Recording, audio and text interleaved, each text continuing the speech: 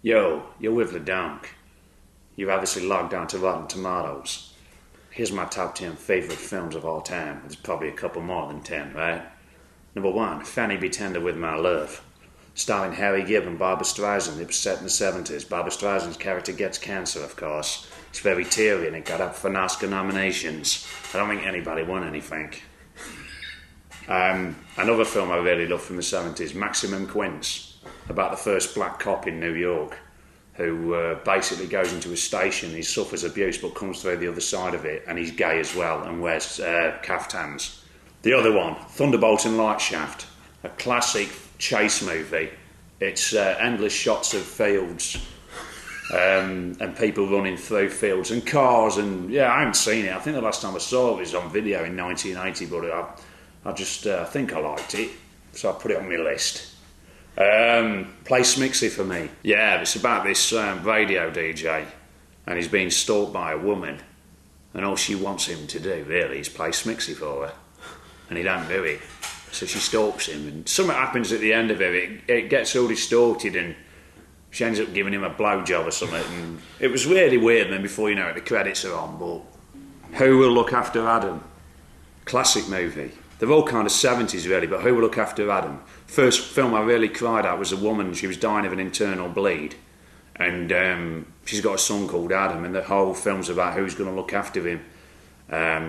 And it was a real tearjerker at the time. I remember watching it with my auntie and getting embarrassed because I started crying, and I actually said to her at one point, Auntie, Marg, do you think we could look after Adam? You know what I mean? It was that affecting. Black Puddy Woody, a comedy from the 70s, starring, I can't remember his name, but he preceded Eddie Murphy.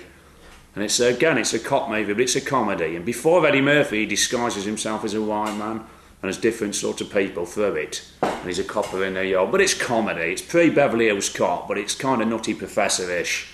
And it's shot in old-fashioned film. And it's hilarious, man. This guy, I can't remember his name, but he's a master of disguise.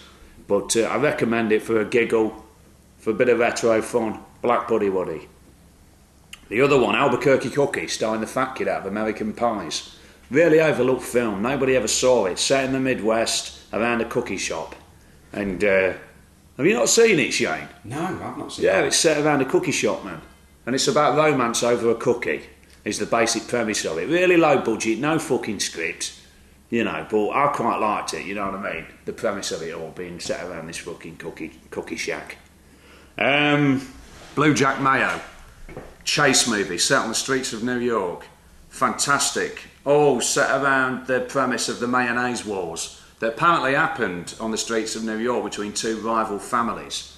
One of them devised the recipe for garlic mayonnaise, and the other one was, claimed that they'd come up with a recipe of garlic mayo. Anyway, a war starts between these two families. I think Francis Ford Coppola made it.